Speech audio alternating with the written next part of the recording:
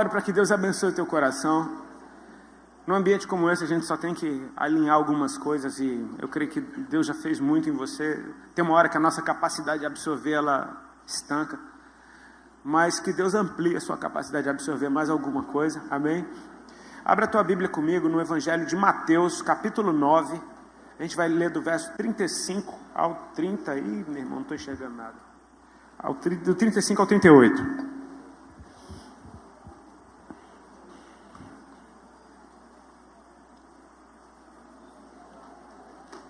Mateus 9, a partir do verso 35.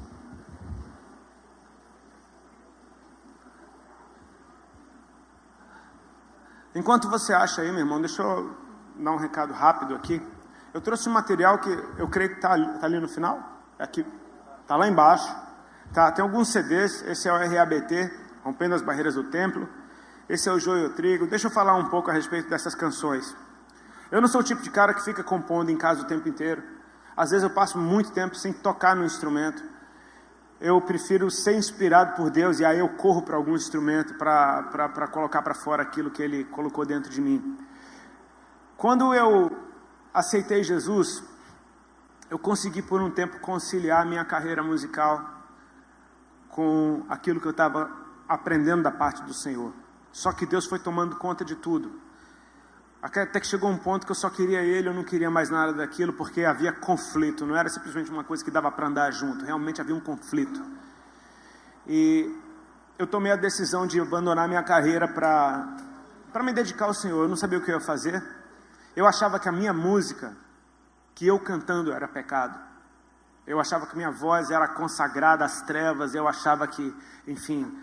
Deus não queria nunca mais que eu abrisse a minha boca para entoar alguma melodia. Eu me constrangia de ouvir minha voz no retorno. Algumas crises que novo convertido tem. E naquela tarde, quando eu dei a notícia para o pessoal da banda que eu estava saindo, eu entrei em parafuso porque eu pensei, cara, o que é que eu estou fazendo? Eu entrei numa crise instantânea, porque eu não tinha plano algum, eu não sabia fazer outra coisa da vida. Aquela banda eu tocava nela desde os 13 anos de idade, desde os 15, por volta de 13 para 15 anos de idade foi quando começou. Eu não sabia fazer outra coisa. Então eu corri para dentro de uma igreja. Tinha um culto naquela terça-feira, na igreja do pastor Nivaldo, lá na Vila Carrão, em São Paulo.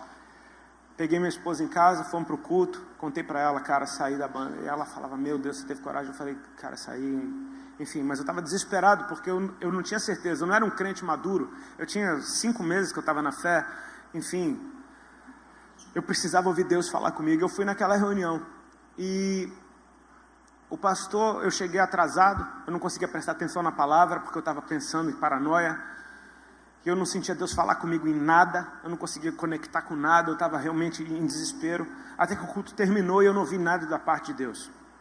O pastor começou a orar pelas pessoas, e no meio disso ele foi tomado num espírito de profecia. Ele começou a profetizar sobre alguns. Ele começou a profetizar sobre uma irmã, falou algumas coisas sobre a família dela. Era um pastor muito sério, não era nada de profetado, eu conhecia ele, era um cara que só se movia quando Deus realmente o tomava. E aí apareceu uma esperança dentro do meu coração. Deus está usando ele em palavra profética hoje. E eu pedi assim, Senhor, fala comigo, fala comigo. E foi engraçado porque era homem de um lado, mulher do outro. Amém, irmão? Eu ia nesses picos, tá? Dê glória a Deus, você está no ambiente. E eu amava. Eu estava do lado dos homens, minha esposa do lado das mulheres. Ele entregou aquela palavra para aquela irmã. Daqui a pouco ele apontou na minha direção. Ele falou, irmão aí. Sabe quando dá aquele frio na barriga? Eu falei, meu Deus, cara. Eu levantei. Ele falou, não, é o irmão do lado. Eu falei, meu Deus do céu. Aí veio aquele balde de água fria, tipo assim, não é hoje. Sabe aquele não é hoje? Você fala, não é hoje. Aí eu já comecei a entrar em paranoia, falando, não era para eu ter saído, não era para eu ter feito isso, não era para eu ter feito aquilo. Fiquei mal. E ele falou algumas coisas pro irmão, disse que tinha um anjo do lado do irmão com a bandeja, com a chave, sei lá o que era. Eu falei, não estava nem aí pro anjo. Falei, o cara estava do meu lado, tinha um anjo do lado dele. Tinha um anjo do meu lado, eu não estava nem aí. Fiquei mal. Baixei minha cabeça, comecei a chorar. E o pastor entregou a palavra para aquele cara e continuou orando em línguas. Ficou orando. E eu não queria nem olhar mais. Eu estava, Daqui a pouco eu só vi ele falando assim: irmão Rodolfo, assim te diz o Senhor, da mesma forma que você cantava para o mundo, a partir de hoje você vai cantar para mim. E não te preocupa que daqui para frente quem te sustenta sou eu. Eu vou te dar novas letras e novas melodias.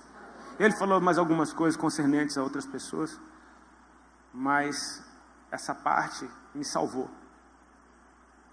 Eu aprendi que Deus ouve, Deus fala, que Deus se importa, que Deus está presente. Aquela palavra me sustentou para suportar tudo que eu comecei a suportar a partir daqueles dias até hoje. E uma coisa é certa: quando você aprende, quando você recebe uma grande carga sobre você, no começo é difícil de caminhar, mas depois você vai caminhando, e não é porque a carga ficou leve, é porque você ficou mais forte. Você aprende a caminhar. Até que hoje eu já não sinto mais carga alguma, e aquilo que era um peso, hoje é um peso de glória que Deus tem me feito experimentar. Essas canções são obediência àquela palavra que eu recebi. Volta e meia ele me dá canções, eu canto para ele. Muita gente fala: pô, você só canta de olho fechado. Para que você não me distraia, me perdoa, não é para te ofender não. Eu quero me concentrar naquele para quem eu estou cantando. E quero te levar junto comigo, amém? Vamos junto. Eu espero que você tenha a experiência que eu tive. Isso é uma coisa a respeito do amor. Quando você experimenta, você quer que todo mundo sinta a mesma coisa que você sentiu. Amém? Nenhum amém, pelo amor de Deus. Deixa Deus te usar, meu irmão. Leva o CD, rapaz. Quando ele fala, leva o CD. Todo mundo achou o texto, né? Mateus 9, a partir do 35. O texto diz assim, ó: Jesus ia passando por todas as cidades e povoados, ensinando nas sinagogas, pregando as boas novas do reino e curando todas as enfermidades e doenças. Ao ver as multidões, teve compaixão delas, porque estavam aflitas e desamparadas, como ovelhas sem pastor. Então disse aos seus discípulos: a colheita é grande, mas os trabalhadores são poucos. Peçam, pois, ao Senhor da colheita que envie trabalhadores para a sua colheita. Em outras traduções tem uma que eu gosto mais que diz: orem ao Senhor da seara. Peçam, orem, para que Ele envie trabalhadores para a sua colheita. Que o Senhor nos abençoe. Amém? Irmãos, a gente vive num tempo em que tem muita coisa em movimento na nossa nação, ao redor do mundo, mas a nossa nação está vivendo um tempo muito interessante. Eu creio que, de certa forma, não fique emburrado com o fato da nossa nação parecer que tem tudo como se fosse uma versão brasileira daquilo que é produzido na América ou na Europa. Nós recebemos o evangelho deles. Amém? Se você é bem tradicional e fala: eu gosto do tempo que era a harpa mesmo. Pois é, a harpa também é tudo tradução, é tudo versão. Desde ali, é tudo versão, cara. Fica tranquilo. E eu espero que você não se irrite com essas coisas que fazem parte da nossa história. Mas eu tenho visto, de uns tempos para cá, o Brasil encontrando a sua identidade nisso tudo. Sabe? E é muito legal quando você encontra a sua identidade no meio de algo que já estava pronto antes de você aparecer. Você não está revolucionando aquele negócio, mas este é você num tempo em que Deus te colocou em atuação, fundamentado em algo que já acontecia antes de você. Hoje mesmo eu estava no aeroporto e eu estava vendo propaganda numa loja e tinha uns caras tocando música sertaneja. Eu estava prestando atenção no violão do cara, me amarra violão, e falando que violão chique. E eu olhando aquele cara que cantava música sertaneja, e ele em nada se parece com os cantores de música sertaneja de quando eu conheci música sertaneja, lá nos anos 80, anos 90. Chitãozinho Chororó, aquela galera Milionários é Rico, né? Aqueles caras bonitos. É bem diferente, é uns caras bem, tipo, maior cabelinho de barbeiro, altas barbonas iradas, todo tatuado, com as roupas coladas, tocando música sertaneja. Não tem nada a ver com o sertanejo. Mas você percebe que os sertanejos originais tiveram filhos. E os filhos, muitas vezes, eram filhos de pai rico, de fazendeiros ou de cantores famosos. Esses filhos foram da fora, foram para outros lugares, aprenderam, se vestiram com outras roupas, enfim. Mas as raízes continuaram. E eu nem acredito que eu estou falando bem de música sertaneja. É um milagre que está acontecendo isso aqui agora, em tempo real, a primeira vez na minha vida. Mas eu consegui ver beleza naquilo. De tipo assim, o cara é ele. Funcionando no tempo dele, na identidade dele, mas em algo que já existia antes dele vir. O timbre da voz ainda é o mesmo. Se você fechar o olho, você sabe, é sertanejo. Eu só estou dando um exemplo para você. Não estou te forçando a gostar disso, não. Eu só estou te dando um exemplo. A gente, essa é uma coisa da nossa nação. E eu tenho visto com bons olhos quando o jovem cristão brasileiro está encontrando a sua identidade. E muitas das canções que se cantam hoje na igreja, das mais relevantes, e você pode saber de qual que é. Se eu te falar, fala 5 canções aqui agora, que são as mais tocadas na igreja, eu acho que todo mundo acerta 5. Porque são ministérios que se tornaram relevantes. O interessante é, eles não se parecem com gringos, eles se parecem com brasileiros adorando Jesus. E eu acho isso muito legal. Eu acho isso fantástico, ver gente na sua identidade, cantando o que está no seu coração, porque é uma chave que Deus deu para o coração dessa geração e desse povo. E eu acho isso muito legal. Gente com influência de MPB, adorando Jesus. Quando você achava que isso ia acontecer um dia? A gente ficava lutando para o rock entrar na igreja, de repente a MPB entrou e você nem viu. Você vê coisas, cara, eu vejo isso com bons olhos. A riqueza cultural da nossa nação está sendo redimida, amém? Deus é redentor. Eu lembro que eu congregava numa igreja lá em Balneário Camboriú, há muito tempo atrás, e foi um pessoal daqui de Salvador ministrar lá, eu acho que o nome era Tambores Remidos. Alguém conhece? Ungidos. Mudou o nome, era Remidos, né? Era Remidos. Cara, eu nunca fui fã de música baiana, de axé, dessas coisas. Mas eles começaram a tocar. Eu caí em lágrimas, meu corpo parou de me obedecer. E Deus me ministrou, eu estou redimindo a cultura. Tem beleza nisso. E sabe, quando eu vi aquela beleza, eu nunca mais consegui desgostar. Porque eu vi Deus redimindo cultura. Isso é muito bonito. A gente está no meio de um tempo e de uma geração que está vendo coisas novas, cara. E para quem acabou de nascer, tudo é novo. Você já percebeu como as crianças estão sempre empolgadas? Já viu como criança está sempre empolgada? Por quê? Porque está vendo uma coisa nova o tempo inteiro. Aquilo que para você já viu um monte de vezes, não tem a menor graça, a criança está vendo pela primeira vez, cara. Eu estava conversando com um irmão ontem, e eu falando que eu gosto de pegar onda, e, se eu desaparecer, se você nunca mais me achar, pode saber que eu fui para o Havaí, que eu estou intocado lá. E eu falando do Havaí, porque começa a falar de Havaí, minha boca chega seca, meu olho arregala, eu fico estranho, parece que cheirou, tipo... E aí o irmão que estava dirigindo o carro falou, meu rolê é Disney, né? Por causa das crianças, pá. Eu fiquei até com dó dele, assim. Né? Ele falou, meu rolê é Disney. Tipo assim, para um cara velho para Disney, a não ser que ele seja fascinado pela Disney, tipo assim, não é um rolê para ele, é para as crianças que nunca viram. Para quem nunca viu, a coisa é, uau! E assim, nós somos uma nação muito jovem no Evangelho. De certa forma, todo mundo nessa nação é novo convertido. A igreja brasileira é meio que nova convertida. É muito pouco tempo e um crescimento absurdo. Em tão pouco tempo de um evangelho que começou a entrar nas áreas da sociedade, cara, nós saltamos de uns 10 milhões de cristãos há uns 10 anos atrás para uns 50 milhões hoje em dia. Cara, é bizarro. Eu concordo, nem metade disso funciona como deveria. Mas são números. Houve um crescimento. As igrejas estão abarrotadas. Você pode ir em qualquer igreja hoje, ela está entupida. Eu estou acostumado a ir para conferência o tempo inteiro, para ir para a igreja o tempo todo. Ontem eu estava numa igreja lá no Recreio, lá no Rio de Janeiro. Estava completamente entupida, exatamente esse cenário. Gente em pé nos corredores, gente sentada no púlpito porque não tinha onde pôr. Isso está acontecendo em todo canto. Quem ministrou durante o carnaval? Era isso em todo canto. O carnaval, meu irmão, o carnaval já mudou. Você acha que o carnaval ainda não mudou? Fica tranquilo, o carnaval que você vai ver pela TV, ele vai ser sempre aquele lá. Ainda que só sobrem uns 1000 pulando carnaval, a TV só vai mostrar aqueles 1000 lá, porque essa é a parada delas. Mas o carnaval já mudou, o meu mudou. Desde que eu aceitei Jesus, meu carnaval mudou. O seu não mudou? Então o carnaval já mudou. Conforme a gente cresce, esse negócio que mudou para mim e para você, vai mudando na vida de mais gente. Ou seja, as coisas estão mudando aceleradamente. Agora, a gente tem que ter cuidado com o nosso crescimento para a gente crescer sadio. Amém? Você já viu um Chester vivo? É um treco estranho. Ninguém nunca viu Chester. Filhote de pombo. Alguém já viu filhote de pombo? Filhote de pombo tem nada a ver com o exemplo, mas é só porque eu queria falar. Eu nunca vi um filhote de pombo. Eu não sei onde é que eles ficam até que eles comecem a ser pombos. De repente eles nascem sapos.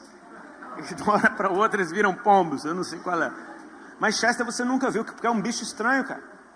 É um bicho entupido de hormônio, que cresce, é um suporte para um peito.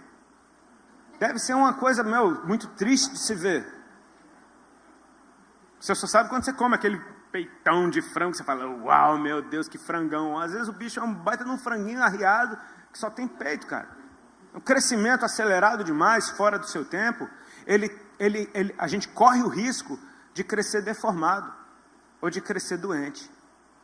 E Deus, eu tenho certeza que esse crescimento que Ele está gerando na igreja dele, é dele. Eu creio que o maior desejo de Deus é que isso seja sadio. Porque se a gente crescer sadio, cara, a gente vai espalhar saúde. Amém? Se a gente crescer sadio, a gente espalha saúde. Sabe, eu amei ouvir a palavra do pastor Diogo, muito mais pelo que eu vi você derramando aqui. A palavra foi fantástica, eu fui muito abençoado, mas o que eu vi sendo derramado aqui, uma unção pastoral, virei para o Leandro e falei, pastorzão, ali ó, pastoral total. E cara, a gente está numa conferência que está acontecendo domingo, onde está tendo culto em igrejas.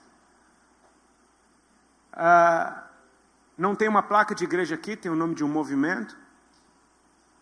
Tem gente de várias igrejas, numa reunião que acontece quando igrejas estão se reunindo, igrejas entendam denominações.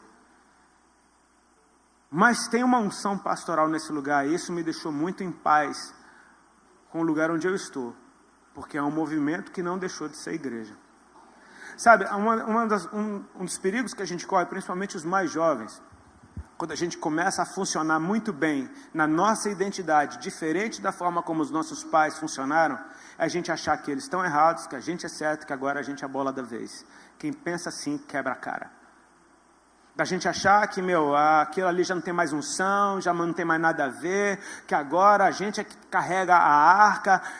Cara, deixa eu te dizer uma coisa, princípio que você quebrar, ele vai quebrar você lá na frente. Amém?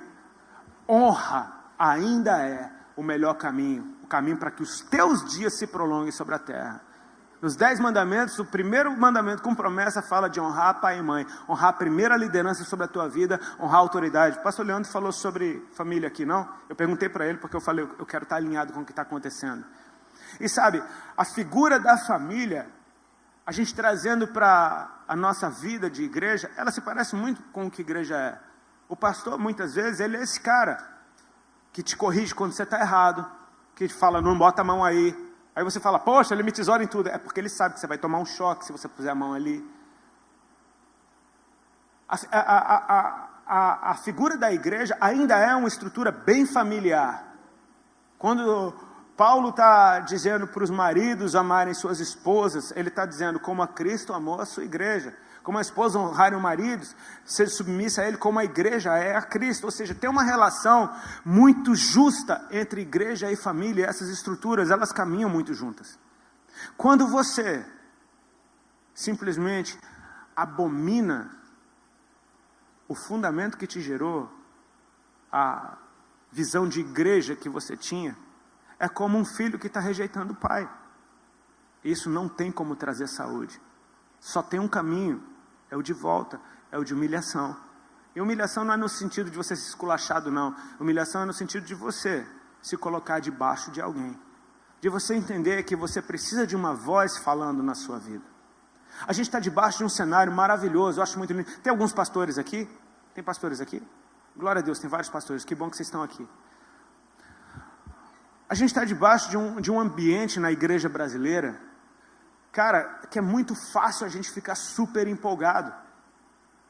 Porque as pessoas estão com muita sede, cara. Elas estão com muita fome.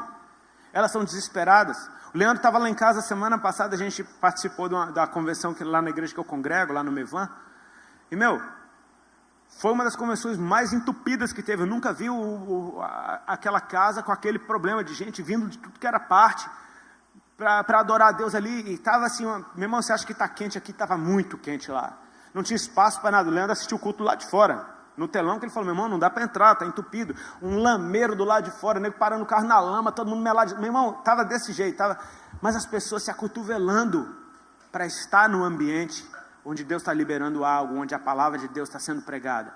Essa fome, essa sede, você fala, uau, cara, tá demais, isso é avivamento. Até que um dos pastores virou para mim, ele é muito sóbrio, ele virou para mim e falou, esse ambiente é perigoso. Eu falei, como assim?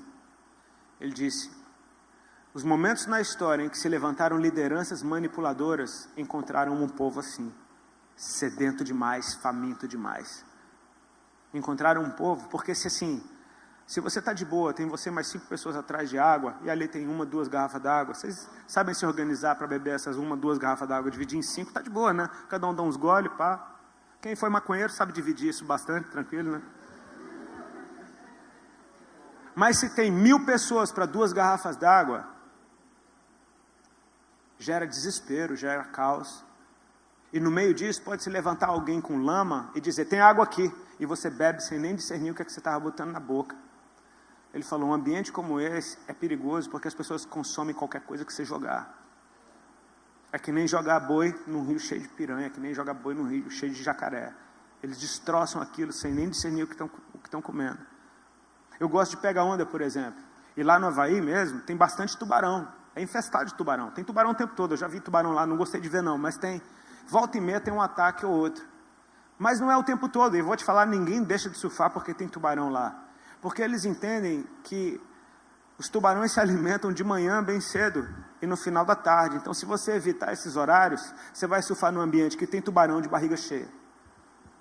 Tubarão não gosta de carne humana, ele detesta, não faz parte da cadeia alimentar dele. Quando tem um ataque de tubarão, é um engano da parte dele. Só falta ele te pedir desculpa. Mas aquele nheco dele, que foi um engano, arranca uma perna, um braço, você sangra até morrer. E aí, por causa do sangue, os outros tubarões ficam loucos, estão querendo se alimentar. Eles vêm, deixa eu ver qual é. Deixa eu ver qual é. Pronto, você já foi devorado por vários enganos ao mesmo tempo.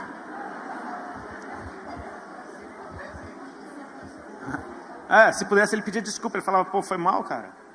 Nem gosto. Tipo, tipo assim, não. Tinha um amigo meu que ele tinha um cabelo muito comprido, louro assim, cabelo oxigenado. Ele parecia uma mina, né? A gente estava uma vez num boteco, aí colou um cara nele assim e falou, e aí, gata, tá bebendo o quê? Aí ele virou pro cara e falou, você quer saber mesmo o que é que eu tô bebendo? O cara olhou para ele e falou, foi mal, brother. O tubarão era meio assim. Você entende o que eu estou querendo dizer? Esse ambiente de sede de fome é muito empolgante, mas ao mesmo tempo ele é perigoso. Então cabe a nós que estamos ministrando ter uma responsabilidade dobrada, triplicada, quadruplicada para passar saúde, para passar algo que seja realmente aquilo que Deus tem para dar. Amém? Exatamente aquilo. Eu vejo muitos pastores hoje em dia torcendo a cara para esse negócio chamado movimento. E eu vejo muitos movimentos torcendo a cara para esse negócio chamado igreja. Parece que, cara, assim como os ismos que têm se levantado para dividir, a gente tem que derrubar essa barreira também e entender que nós somos igreja, meu irmão. Não interessa onde você esteja atuando, você é a igreja. O que Deus vai fazer, Ele vai fazer através da sua igreja. Amém? Ele vai fazer através da sua igreja. Jesus estava num ambiente muito interessante, que tem cara de avivamento, e deixa eu te falar, era avivamento, aliás, o maior avivamento da história, quando Jesus veio, amém? A gente fica feliz quando aparece um profeta irado, cara, apareceu Jesus. Num ambiente onde não tinha vida há pelo menos uns 400 anos, não tinha um profeta, que não tinha um dizendo assim, diz o Senhor. O Espírito Santo ainda não tinha se liberado. Sabe o que é você cantar e não sentir um arrepio? Você orar e não ouvir nada. Devia ser um ambiente bem difícil de ter essa vida que a gente tem hoje. Glória a Deus pelo Espírito Santo. Também você pode agradecer a Deus pelo Espírito Santo. Ainda que você esteja numa ilha sozinho, você pode ser ensinado por Ele lá. Você pode ouvir segredos de Deus, porque Ele conhece o coração de Deus. Então de repente vem Jesus, e Jesus é a própria vida. Não é que ele tinha vida, ele é a própria vida. Não é que ele tinha amor, ele é o próprio amor. Não é que ele tinha luz, ele é a própria luz. Amém? Vem Jesus, ou seja, o lugar está em ebulição, mas a luz, ela traz a luz sobre todas as coisas. O texto diz que Jesus ia passando por todas as cidades e povoados, ensinando nas sinagogas, pregando o evangelho das boas novas e curando toda sorte de enfermidades e doenças que havia no meio do povo. Vamos por partes. Ele está vindo de fora. As cidades, naquele tempo, eram bem pequenas. Algumas eram muradas. Normalmente se entrava pela cidade pelas portas da cidade. Ou seja, ele entra em estruturas onde havia uma forma de governo, onde tinha uma sinagoga, onde tinha um governo eclesiástico. Ele entrava nos povoados. Os povoados eram basicamente aldeias onde os camponeses simplesmente moravam ali. Eles tinham que comprar tudo na cidade, enfim. É bem diferente de uma cidade, um ambiente de descanso, um dormitório praticamente. E Jesus entrava nesses lugares, ele vinha de fora, ele entrava nesses lugares e ele ia entrando. Ele ensinava dentro das sinagogas, ele pregava o evangelho do lado de fora. Ou seja, Jesus ele estava do lado de dentro e do lado de fora, amém? Então você consegue perceber que Deus se move em qualquer ambiente? Ele se move do lado de dentro, ele se move do lado de fora, ao mesmo tempo. Ele não precisa escolher um ou outro. Agora eu só falo dentro da igreja e quem está do lado de fora está desviado, ou eu só falo do lado de fora, quem está da igreja virou religioso, legalista, e eu não falo mais. Você percebe que não tem nada a ver? Que ele está em todos os ambientes, porque ele ama todo tipo de pessoa, amém? Ele está naquela igreja tradicional, ele está naquela igreja super avivada, ele está naquela igreja super barulhenta, ele está naquela igreja super silenciosa, ele está naquela molecada que está na praça, ele está naquela galera que está se reunindo nas faculdades, ele está naquela galera que está adorando a Deus sei lá onde. Ele está em todos os lugares, amém? Ele está em todos os lugares fazendo a mesma coisa, ensinando, anunciando e curando. Amém? É um cenário muito empolgante. Poxa, as portas estão abertas para ele, as cidades estão se abrindo para ele, os povoados estão se abrindo para ele, ou seja, as casas estão se abrindo para ele. A mentalidade das pessoas está se abrindo para ele. Finalmente alguém trouxe vida no meio disso. Eu tenho uma boa notícia para te dar, meu irmão. Jesus está em casa. Amém? Ele está trazendo, isso que a gente está experimentando é a vida do próprio Deus, trazendo para dentro de casa, para os nossos ambientes, para os nossos ajuntamentos, sejam aonde eles forem. Sejam nas casas, sejam nas igrejas, seja no meio da rua, Deus está se movendo em todos esses ambientes. A gente pode olhar para um cenário como esse e falar, uau, a galera está sendo curada, uau, a galera está ouvindo as boas novas. Só que Jesus não é triunfalista, e ele está olhando para esse cenário e ele tem uma opinião como aquela daquele pastor que me falou do ambiente de sede, que parece que é um balde de água fria. Mas Jesus olha para eles e ninguém conhece o coração da gente como ele. Ninguém conhece a mente da gente como ele. Ele sabe o que se passa dentro da gente. Ele diz, eu sou aquele que sonda as mentes e os corações. Ele olha para aquelas pessoas e ele sente a dor delas. Devia ser muito punk para Jesus experimentar a dor do outro, como ele experimentava. Se compadecer, amém? Se compadecer é isso, é sentir a dor do outro. E ele olha para aquelas multidões e ele começa a sofrer, cara.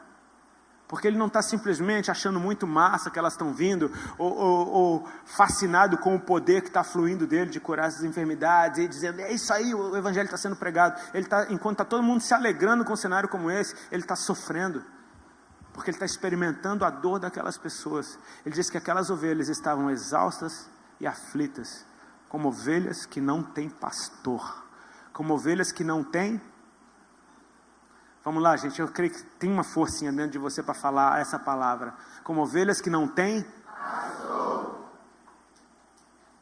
Sabe, quem não tem pastor, pense numa ovelha. Eu nunca vi uma ovelha selvagem. A ideia de ovelha, toda a ideia de ovelha que eu tenho, ela está num bando de ovelhas e tem um pastor cuidando delas.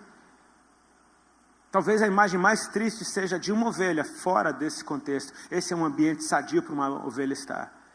Eu acho que Deus usou tanto o exemplo da ovelha, porque é um bichinho que não sabe se cuidar sozinho, cara. Ele precisa estar no meio de alguém como ele precisa estar sendo cuidado por alguém. Agora o interessante é isso, eu nunca fui em Israel, mas meus irmãos que já foram, eles contam que em alguns passeios eles te levam para ter uma experiência com pastores de ovelhas. E um deles me contou que ele chegou naquele lugar onde tinha aquele pastor de ovelhas e eles foram incentivados a trocar de roupa com o pastor, colocar a mesma roupa que o pastor estava usando, ficar com o mesmo cheiro dele. O pastor ensinava como é que ele falava com as ovelhas, o cara aprendeu, repete aí, repetiu, beleza. E aí aquele turista com a roupa do pastor, falando o que o pastor fala, ele falava com as ovelhas e não acontecia nada. Até que aquele outro pastor, o verdadeiro, totalmente descaracterizado, fazia aquele som e todas iam atrás dele. É bizarro como as ovelhas reconhecem a voz do seu pastor. Cara, quando a gente não tem uma voz nos guiando, a gente se perde. A gente não sabe se cuidar. E a gente fica solto e solto, a gente adoece. A gente vai se alimentar de qualquer jeito, cara. De qualquer jeito. Se você está vivo, você se alimentou de alguma coisa. Amém? Agora é engraçado assim, ó, quando a gente nasce, os bebezinhos, eles se alimentam da própria mãe. Então, não é a respeito do lugar onde se alimentam. E é engraçado ver isso, porque mãe, cara, mãe é uma leoa mesmo, cara. Mãe, cara, eu sou fã das mães, meu Deus do céu. Porque a mãe, ela levanta um carro para salvar o filho dela, ela arranca força de não sei aonde. Se a criança chorar, ela para amamentar. E não interessa onde esteja. A Kim Walker, vocalista do Jesus Culture, quando ela veio no Brasil numa das turnês, ela estava com um bebê no colo. E ela saía do meio da apresentação para dar de mamar para o filho dela. Era a hora dele mamar, ela estava no meio da música. Ela largava a música e ia dar de mamar. Às vezes você está conversando com a mãe, ela está com o bebê no colo, ele chorou, ela na tua frente, ela fala, não repara não, tá? Plum. Você fala, ô, tipo tubarão, né? Ô. Não é a respeito do lugar onde se alimenta, é a respeito de quem se alimenta. Os filhos se alimentam das mães, delas mesmas. Ela é o prato de comida, ela é o lugar da refeição. Até que essas crianças começam, então, a comer um alimentinho diferente. Ainda é preparado pela mãe. Mas você percebe como é que as criancinhas pequenas têm que comer? Quando já começa a comer a papinha? Tem que ser numa cadeirinha especial, né? Aquela cadeirinha cheia de trava, não é? Com cinto de segurança, não é? Uma cadeirinha que não deixa ele cair para um lado, nem para o outro, nem para frente, porque ele não sabe comer sozinho. Ele precisa que alguém ponha na boca, ele se mela todinho, ele faz guerra com a comida. Ou seja, você vai comer de qualquer jeito, porque quando dá fome, você pega qualquer coisa que tem aparência de comida e bota na boca, cara. Quando uma criança fizer cocô, é bom você trocar a fralda dela logo, porque se ela tiver fome, você sabe o que vai acontecer. É traumático. Só a ideia daquilo é traumático. Porque vai pegar qualquer coisa e colocar na boca. E assim é quando você não tem pai. Você se alimenta de qualquer coisa. Até que você começa a crescer e você repara que a comidinha da tua casa ela é gostosa. Ah, meu irmão, ainda que seja aquele pão com linguiça. É gostoso. Aquela comidinha, aquela gemada que minha mãe fazia quando eu ficava doente. Minha mãe nunca soube cozinhar na vida. Mas quando eu adoeci, ela fazia uma gemada para mim que eu até hoje me lembro. Eu nem gosto de gemada, mas eu acho que se eu comesse eu chorava. Porque eu voltava no tempo. Sabe aquela comidinha feita dentro de casa? Aquela que sustenta, aquela que alimenta, aquela que às vezes não tem nem beleza nem formosura para que a desejássemos. Mas é ela que resolve a situação. Eu tenho um primo de João Pessoa que é acostumado com a comida da mãe dele a vida inteira. Ele foi passar férias lá em casa só eu e minha mulher. E a gente, meu irmão, come, não tem filho em casa, não, a gente tá afim de comer feijão. Uma panela de feijão, só come feijão, até o feijão acabar. E o menino nunca tinha comido comida mexicana, nunca tinha comido comida japonesa. Ele ficou mal, porque, rapaz, se eu não comer arroz e feijão, não tem jeito, não. Eu falei, veio homem, rapaz. Deixa de frescura, come aí. Ele hoje está mais soltinho, cresceu, claro. Mas ele é acostumado com a comida de dentro de casa. E quem se acostuma com a comida de dentro de casa até pode aprender a comer outras comidas. Mas sabe a diferença que faz aquela que foi preparada dentro de casa. Se você se torna um adolescente daqueles que agora não quer, rejeita a sua casa, você rejeita o que está dentro de casa e vive do lado de fora, você vai se alimentar, mas você vai comer o quê? Você vai comer lanche, né, brother? Salgadinho, sanduba, pizza, é gostoso pra caramba, é ou não é? Agora, o que acontece com você se você só comer isso? Você adoece, cara.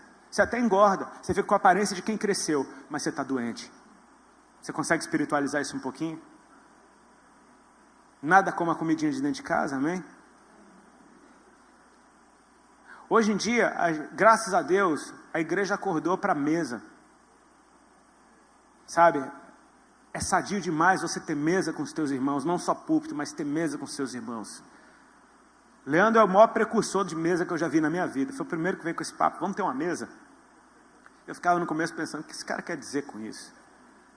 É um tempo, a mesa, como a igreja primitiva se reunia, partindo pão, compartilhando do Senhor. Eu vou te falar, são ambientes muito saudáveis. Agora, mesas saudáveis, elas normalmente, elas têm um lugar para o pai, amém? Amém? Amém? Sabe o lugar do pai? Aquele lugar que só o pai senta? Mesas saudáveis têm o lugar do pai. Porque uma mesa que só tem amigo, brother, pode ser uma mesa no bar.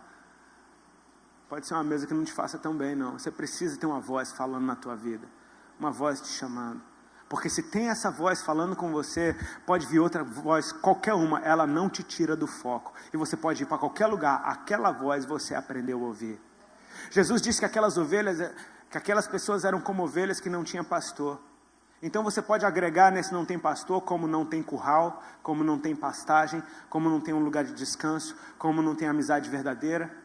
Porque se o Senhor é meu pastor, nada me faltará. Ele me faz deitar em pastos verdejantes. Ou seja, quem não tem pastor não tem esse descanso, não tem esse cuidado. Cara, eu sei o que é melhor para você. Quem não tem pastor normalmente está avesso ao toque, está avesso a um abraço, está avesso a qualquer expressão de cuidado. Porque se está longe é porque foi ferido em alguma área. Está cheio de pereba. Cara, eu estou com o dedão estourado. Eu não quero que nada toque no meu dedo. Eu botei band-aid e vim com um sapato que, tem um bico aqui que, meu irmão, pode cair um pneu aqui em cima, não acontece nada. Porque eu estou protegendo aquela área que me dói. Você está entendendo? Quando a gente está protegendo algo que te dói, quem já fez tatuagem aqui sabe, meu irmão, parece que é um imã. Todo mundo bate na tua tatuagem. Todo mundo encosta nela, ela está doendo, ela está queimando, e todo mundo, e aí, brother? Pá! O cara nunca te deu um tapa e aí, eu vou dar um tapa no rim dele hoje. Poxa, era justo onde tinha uma. E se alguém faz menção de que vai tocar numa área que me fere, você se arma, você se protege, você se defende.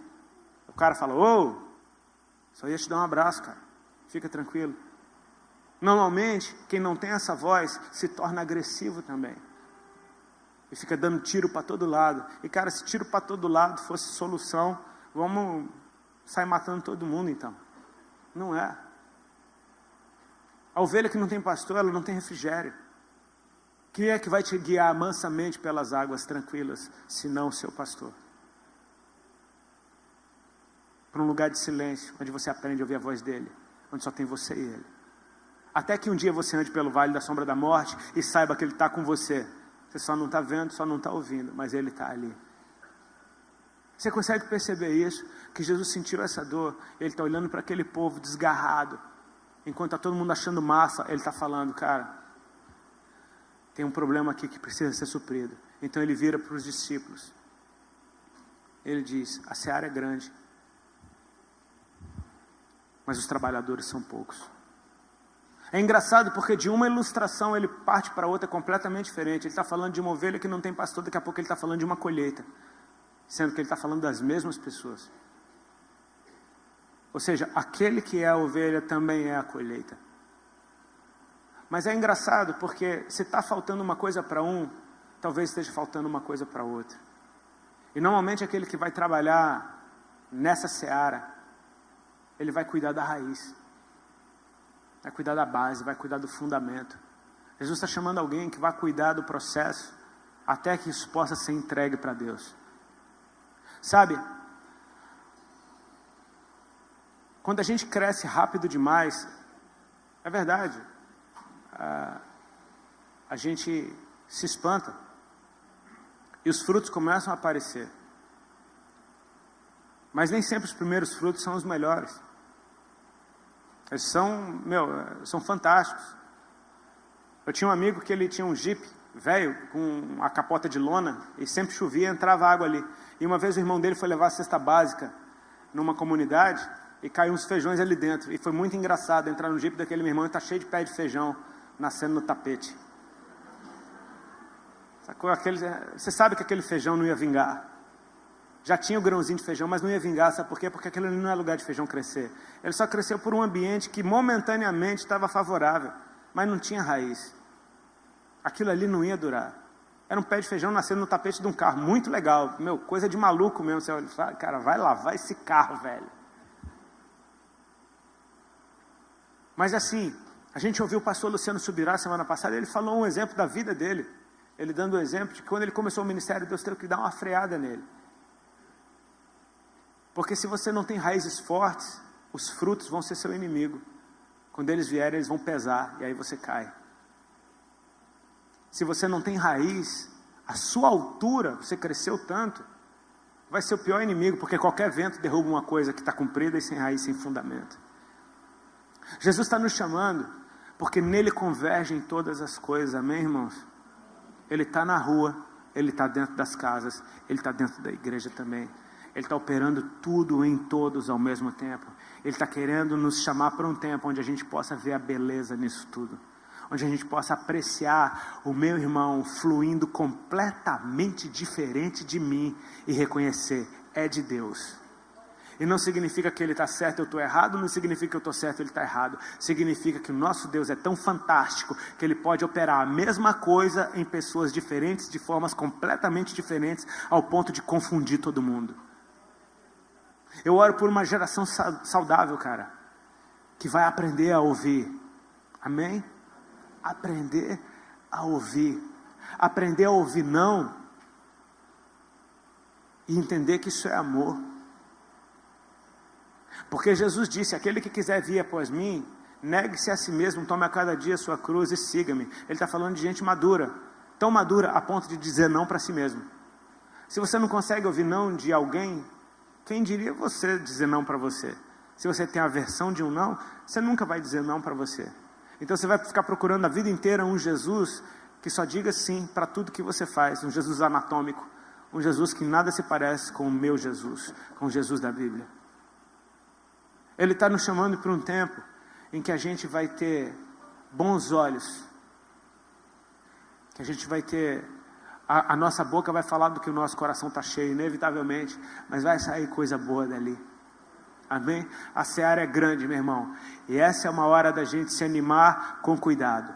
Jesus está animado aqui, com cuidado. Ele está dizendo, a seara é grande, mas os trabalhadores são poucos. O cenário é lindo, mas existe uma carência, que agora não se trata só das enfermidades que eu estou curando. Quantos gostam de ver gente curada? Glória a Deus. Mas, pô, para ver gente curada, você vai ter que ver gente doente. Eu não quero ver ninguém doente. Eu preferia que não tivesse cura nenhuma. Se não houvesse doença nenhuma, não precisaria haver cura nenhuma. Essas ovelhas desgarradas estavam doentes, cara. E essa doença, se você não trata, ela se espalha. Eu tô querendo, com essas breves palavras, eu não vou demorar mais nem um pouco. Eu não vou dar aquele caô de pregador, estou terminando e demora mais meia hora, não. Não, terminei. Amém? No seco. Mas eu vim aqui só para te dar um recado. Ouça de tudo, retenha o que é bom. Honre aqueles que vieram antes de vocês. Posso dar uma dica para vocês? Quantos aqui congregam em outras casas? Eu não gosto de falar de outra igreja porque eu só conheço uma. Mas em outras casas. Quando você encontrar seu pastor, agradeça a ele por ele ter te liberado para estar aqui. Se ele te liberou, se ele te proíbe, eu não sei qual é o problema. Ah, tem muita gente proibida de estar aqui? Meu Deus do céu. Então confesse o seu pecado de estar adorando a Deus domingo à noite. Mas eu acho que tem que partir de quem ouviu. Amém? Honra. Honra. Dizer, pastor, eu não estava no culto lá porque eu quis ouvir meus irmãos que estavam se reunindo ali no hotel, e eu ouvi te falar, foi bênção, e o fruto disso foi, eu queria te dar um abraço, porque você é o cara. Honrar tua família espiritual. Porque um revolucionário, meu irmão, que chega quebrando tudo, ele não traz paz, ele não traz saúde, não. Você tem que aprender a falar a mesma língua. E mostrar que não tem nada de errado com a sua identidade diferente da deles. É só uma versão atualizada. Vocês estão fluindo no mesmo propósito, rumando ao mesmo caminho. E que Deus libere saúde sobre essa cidade, sobre você, sobre a sua igreja, sobre a sua casa, sobre o povo com quem você se reúne. Amém? Que a gente possa viver os melhores dias que essa nação já viveu em termos de evangelho. que a gente possa ter congregações saudáveis, casas de luz, que juntas são uma cidade de luz. Não é isso que Jesus disse? Vocês são luz no mundo, vocês são como uma cidade edificada sobre um monte. Ninguém acende uma candeia e coloca ela debaixo da mesa, mas no velador e ilumina todos que estão na casa. Começa com uma casa de luz, e quando elas estão juntas, é uma cidade de luz. Agora, se uma casa de luz não se comunica com a outra, nunca será uma cidade de luz. Ele está nos chamando para a gente viver essa beleza do Evangelho que é da nossa diferença, cara. Isso sim, mano, é diversidade, tá ligado? É de você andar com os coroas de terno à noite, com os maconheiros de dia, orando para os maconheiros se converter, amém? É de você andar com gente, tudo que é jeito, que ama Jesus. Não estou falando, não me entenda errado, eu estou falando do estereótipo. Eu estou falando de você conseguir ver a beleza nos teus irmãos, por mais diferentes que eles sejam. E sabe, aqueles que vieram antes de vocês, dê dupla honra para eles, cara. Eles pavimentaram o caminho para vocês chegarem. Concorde que a nossa geração é bem esquisita em relação a deles. Mas eu sou fruto da oração daquelas irmãzinhas de coque. Se a minha aparência assusta elas, eu vou rejeitá-las? Cara, elas me geraram em oração. Eu devo honra, ainda que elas não entendam nada. Tipo, pra que isso? Elas acham que essa tatuagem sai, meu irmão. Não sai, velho. Tipo assim, como é que você não tirou essa tatuagem para vir para a igreja hoje? Não sai. Mas entendeu o amor de uma mãe espiritual tendo dores de parto para gerar uma geração como você? Filho, a gente não escolhe a cara que vai ter. Ele sai, você vai ter que pegar no colo e chamar de lindo. Amém? Pai, mãe, a gente não escolhe também não. Mas são eles que nos ensinaram a caminhar, nos alimentaram e nos puseram no rumo. A gente deve dupla honra. Se coloca de pé, por favor, a gente vai orar.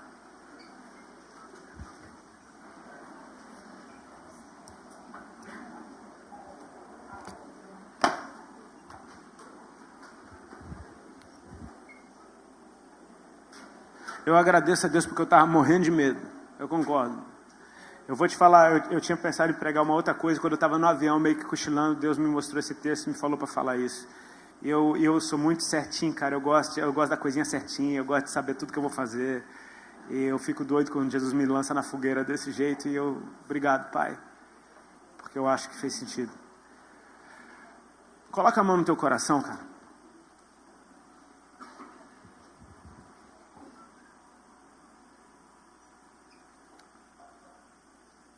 Jesus está olhando para você. E Ele sente a tua dor. Ele nos deu ferramentas para sobreviver. E não simplesmente sobreviver, para viver uma vida em abundância. Pode ter muita gente aqui que estava desgarrado. Porque foi ferido. Então perdoa. Ele te deu essa ferramenta. Eu oro para que o Senhor te mostre a tua casa. Quando Ele libertou aquele endemoniado na terra dos Gadarenos, o cara queria ir embora com Jesus porque ele encontrou um lugar, alguém que o amou. Aquele povo rejeitava ele tanto que estava rejeitando até Jesus que o libertou. E aquele homem pede: Jesus, deixa eu ir contigo. E Jesus fala: não. Tem um lugar maravilhoso para você aí, cara. Vai para a tua casa. Vai para os teus. E lá você conta com grandes coisas que fez o Senhor. Lá você vai ser aceito, fique tranquilo. Você tem casa. Quando o filho pródigo se toca da besteira que ele fez, do prejuízo que ele causou na família, da tristeza que ele causou no coração do pai, e quando ele está na roubada, ele não faz um plano C. Ele se lembra da bondade do pai. Ele diz: na casa do meu pai até os trabalhadores têm fartura de pão. E eu estou aqui padecendo necessidade. Eu vou voltar para a casa do meu pai. Nem que seja como um trabalhador, mas aquele é o melhor lugar do mundo. Maturidade, meu irmão, é estar em paz com a sua casa. Eu não sei por que eu estou falando isso, mas ouve aí. O pastor ainda me deu um sinal maravilhoso quando ele falou dos discípulos no caminho de Emaús. Quando Jesus morreu, eu fico imaginando o que aconteceu na cabeça daqueles discípulos. E sabe, eu consigo até ter misericórdia deles, porque muitas vezes é difícil andar com o nosso irmão mesmo, cara. Tem gente que você anda junto porque é por Jesus, tá? Mas se Jesus não estiver mais ali, talvez você nunca mais olhasse na cara. Talvez no coração deles tivesse tipo, ok, andar com Pedro por causa de Jesus tudo bem, mas ficar aguentando aquele mala agora sem Jesus eu não vou ficar não. Judas, aquele corrupto, Pedro, aquele hipócrita que disse que ia morrer com ele quando estava lá negando ele. Você tem pedra na mão para jogar em todo mundo se você quiser. Eles conheciam a palavra do jeito deles. Então Jesus, por misericórdia, porque Ele ama a todos, Ele vai atrás daqueles dois doidos e deixa eles pregarem. Vai, me prega aí, fala aí do evangelho para mim, me conta aí do que é que vocês estão falando. E os caras são revolucionários. Estamos indo fazer o nosso corre. Nós andamos com Jesus, sabia? Esse homem que era profeta. Sério, ele era profeta. Era profeta. Era. Mas morreu. Enquanto esses caras estão lutando com o pensamento de tipo, ele morreu, a gente não sabe o que aconteceu, já tem um povo lá em Jerusalém, lá dentro da casa, se alegrando com a notícia de que ele ressuscitou. E Jesus ama a todos, cara. Jesus senta na mesa com eles. Eita, lá vem a mesa de novo. Jesus explica para eles o que tinha que acontecer pelas escrituras. E eles ficam uau, você é até mais legal do que ele. Fica com a gente, não vai embora não, fala mais. Jesus, tá bom, eu fico, vamos ter uma mesa. E na mesa Jesus partiu o pão. E na hora que ele partiu o pão, os olhos dele se abriram. E quando os olhos dele se abriram, Jesus desapareceu. Cara, se onde dois ou mais se reunirem, Ele está no meio de nós. Vou te usar aqui, tá, meu irmão? Tá chapando aí, fica de boa aí. Nós somos os discípulos no caminho de Emaús, e a gente está reunido e Ele está no meio. E aí Ele parte o pão, e agora eu vejo que é Ele, mas Ele desaparece, agora eu só vejo você. Cadê os outros? Vem cá, teu coração não ardia quando Ele falava? Ardia. Então toca para Jerusalém, brother. Vamos ficar com nossos irmãos. Vamos voltar para casa. Vamos voltar para o lugar da promessa. E sabe onde o Espírito Santo caiu? Estavam todos reunidos no mesmo lugar. É ali que vem o selo. É na comunhão. É nesse relacionamento justo, onde nós temos tudo em comum. Ele está falando com alguém aqui nessa noite. Eu não quero te expor, mas aí onde você está, fecha seus olhos, curva a tua cabeça. Eu quero falar para você que estava desgarrado, você que sabe bastante, que conhece a verdade, você que foi incompreendido pelos outros, foi ferido, foi injustiçado. Eu quero falar para você: volta para casa. Honra teu pai e tua mãe. Honra quem te gerou na fé. Porque isso vai liberar saúde para a tua vida. E não só para você, mas para todos que vierem depois de você. Pensa que sobre os teus lombos já tem governo. Já tem uma geração que te vê. Você vai ser referência para alguém. Você vai ser influência, boa ou má. É o influence movement, né? Você vai ser influência sim, boa ou má. Jesus disse para Maria: avisa para os discípulos e para Pedro que vão para Galiléia e lá eles me verão. Pedro era o cara que tinha revelação, era o cara que Jesus disse: tu és a pedra sobre a qual eu edifico a minha igreja. Então eles chegam na Galiléia e Jesus não está lá, eles não vêm. Pedro é uma referência para aqueles jovens, Pedro é uma influência. Então Pedro tem uma ideia por ele mesmo, fala: vou pescar. Sabe o que aconteceu? Todos os outros falaram: nós vamos contigo também.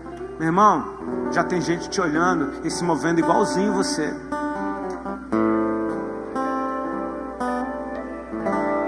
Então caminha para Ele, caminha para aquilo que é saudável.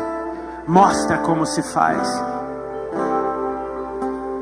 Pai, eu oro para que o Senhor libere do teu bálsamo hoje no coração dos meus irmãos e irmãs. Eu oro para que o Senhor venha curando todas as feridas, que o Senhor venha fazendo algo transformador de dentro para fora, que saia a luz de dentro da gente, Senhor.